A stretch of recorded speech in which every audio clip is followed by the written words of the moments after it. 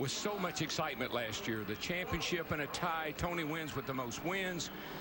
What a great finish we had to 2011. But, folks, you ain't seen nothing yet.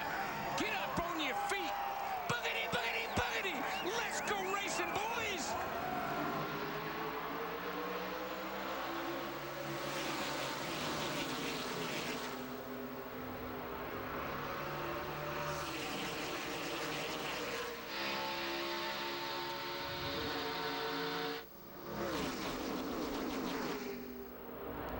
Martin Truex from the pole led the drag race to turn 1, but that's Jamie McMurray, #1 on the high side, taking the lead off 2.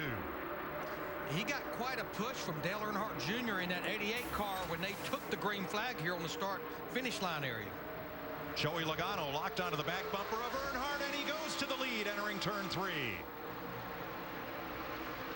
It's been a while since Junior won a race, but the first time he drove a Hendrick Motorsports car right here 3 years ago, he won this very race.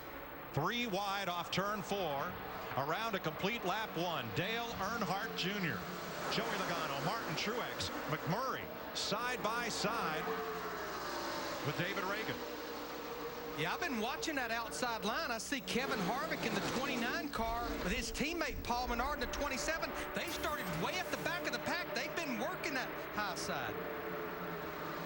That's one thing, since they resurfaced this racetrack, you can just run anywhere you want to, have tons of grip, no issues in the turns. Jeff Gordon getting a push from Denny Hamlin.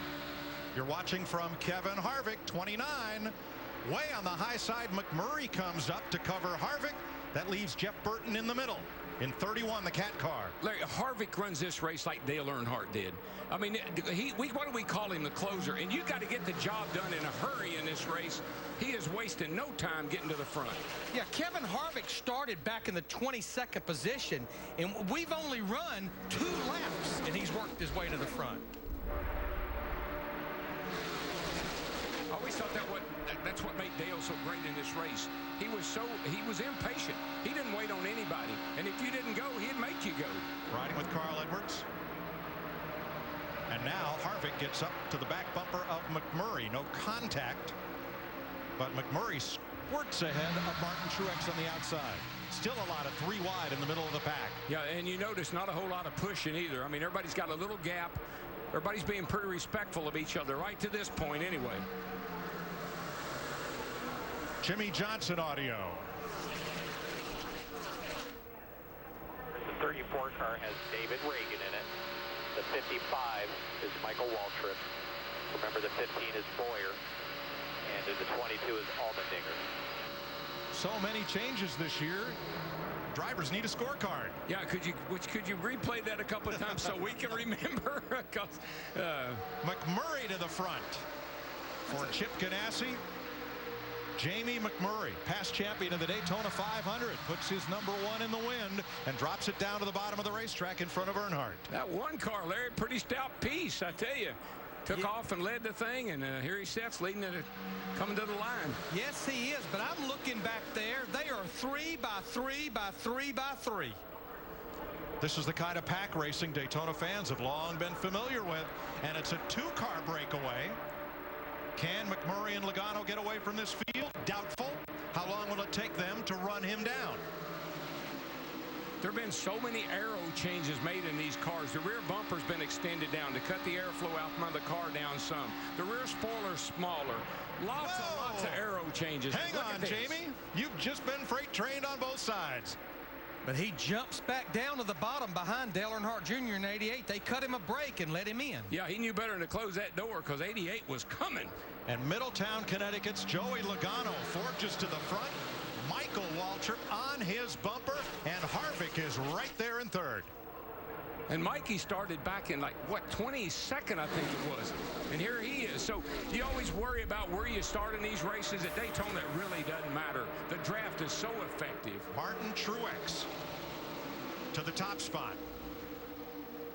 Truex, Harvick, Logano. Jamie McMurray in that one, he's not bashful about throwing a block on another driver. He even threw the block on Paul Menard in that 27 right there. As this race starts to get, as everybody starts to get comfortable, Larry, we'll see it more and more and more. They'll start pushing each other a little bit more down the straightaway, a little bit more in the corner, and that's when we got to be careful. And look what happened to Truex on the inside. He had no one to draft with, and he drops back outside the top 10. Pretty amazing that the guys that all started in the back, for the most part, have driven right to the front. Like I've always said, I'd rather be coming than going. Whoa, a little wobbling back there with Matt Kenseth in the 17. And Kurt Busch in the 51. And remember, Kurt Busch started at the back, and that car has no time on the racetrack. That's a backup car. He was one of those drivers involved in that crash yesterday. Turn 4, we may have a new leader. Harvick on the bottom. Nope, not going to do it. Around the high side, Dale Jr., Jamie McMurray, and Kyle Busch in the 18. 1, 2, 3. When we talk about pack racing and the way it used to be, and Michael was saying old school racing, that 88 car, he likes that. Dale Jr. in that 88 car, he likes that high line, and that used to work really well for him down here. Now teammates hook up. 29 Harvick and 27 Paul Menard from Richard Childress Racing. They hook up, and instead of all the tandem racing we saw last year, Darrell, it kind of looks like catch and release racing. I'll help you down the straightaway, then I'll let you go a little bit, then we'll get together and we'll try again. You see it right there, Mike. As you just said, Menard pushed Harvick down the back straightaway into the third turn, but he had to get off of him, and that opened the door for Dale Jr. to come right back. But one reason that they have to do that is because these cars start overheating a lot quicker with the rule package that we have right now. And they don't just start. Trouble turn 2. No. 5, 6 cars in it. And more.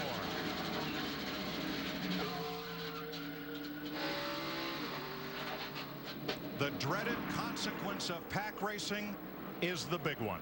Yep.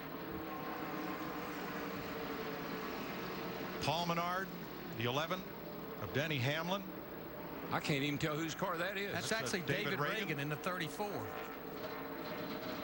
And Michael Waltrip will not go to victory lane tonight. No. Under green. 15 down, 10 to go to the halftime break. I think there's about 3 or 4 cars that have really shown me a lot of speed. That 29's one, the 1 car's one, Dale Jr.'s 88 car, and maybe the Napa car of Truex. I'm just not sure how good he is yet. Our top 6 drivers did not pit on that caution right there. Saw the speedy dry down in turns 1 and 2 from the accident. And Mike, this could be the end of the race. And you see what we've got. We've got 29 and 1, Harvick and McMurray pushing each other away from the pack. And this is what guys are going to be thinking about come the end of the race. So off turn 4, Harvick the leader from Jamie McMurray. Little bump and shuffle back there about 6th place as we check in with Dick Berggren. Michael Waltrip, you were right in the middle of that. What was it like? It was crazy. I caught on fire and everything, Dick. I twittered before the race started that I was going to share the track with the greatest drivers in the world. I think it proved right there even the greatest drivers sometime run out of room. And what a big pack. It's everything we hoped for. I think you'll see them calm down a little bit now, though. Probably spread out a little. I hope so. Thank you, Michael. Well, the pack has caught those 2 leaders, and McMurray breaks out from behind Kevin Harvick. Half a lap to the halftime break, and everybody's going to need to catch their breath. And everybody in that pack right now is saying, come on, boys, settle down. We just got a half a lap to go. He saw that line coming, and on the bottom, he tried to jump down in front to see if he could get the push. Nowhere to go. I think Jamie McMurray better watch that inside. He's got enough gap. I think he'll be okay, but that was... Jeff Gordon almost had him set up.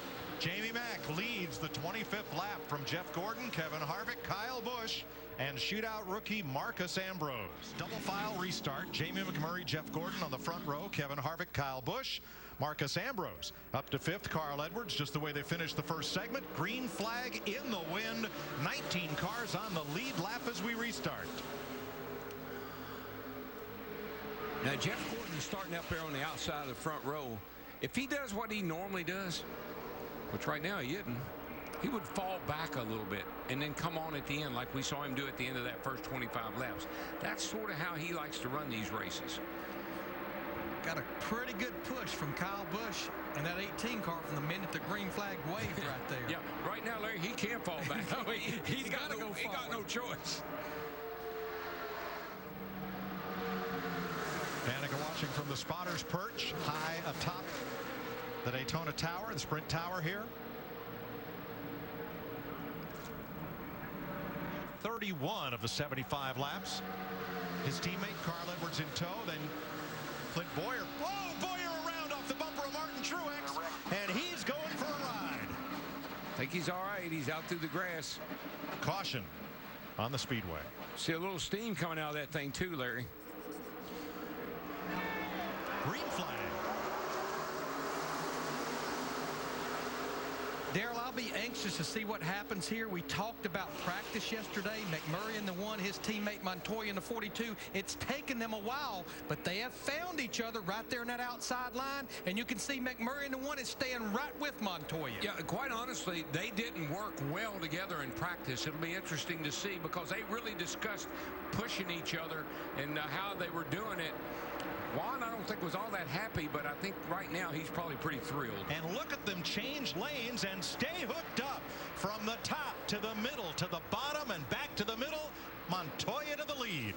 And McMurray in the 1 stayed with him till he got into the front, and then he backed off a little bit, probably overheating just a tick. They spent a lot of time yesterday in practice working together, and they also spent a lot of time after practice talking about how the technique and how it was going to work. Well, that was the boldest set of moves we've seen tonight.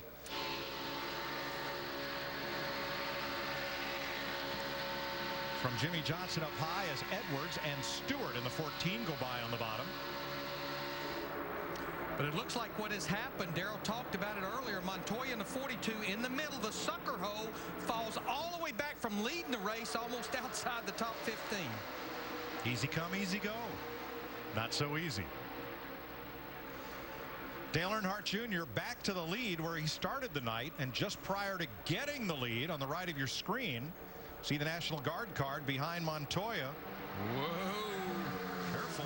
I tell you, that small rear blade, the spoiler down here, what, Larry, how much shorter is it than last year? 2 inches? It's an inch, and you heard Danica Patrick talking earlier about rear downforce, rear grip gone because of that smaller rear spoiler. It's really made these cars move around a whole lot more. I think that's creating some of these cars getting sideways the way they do.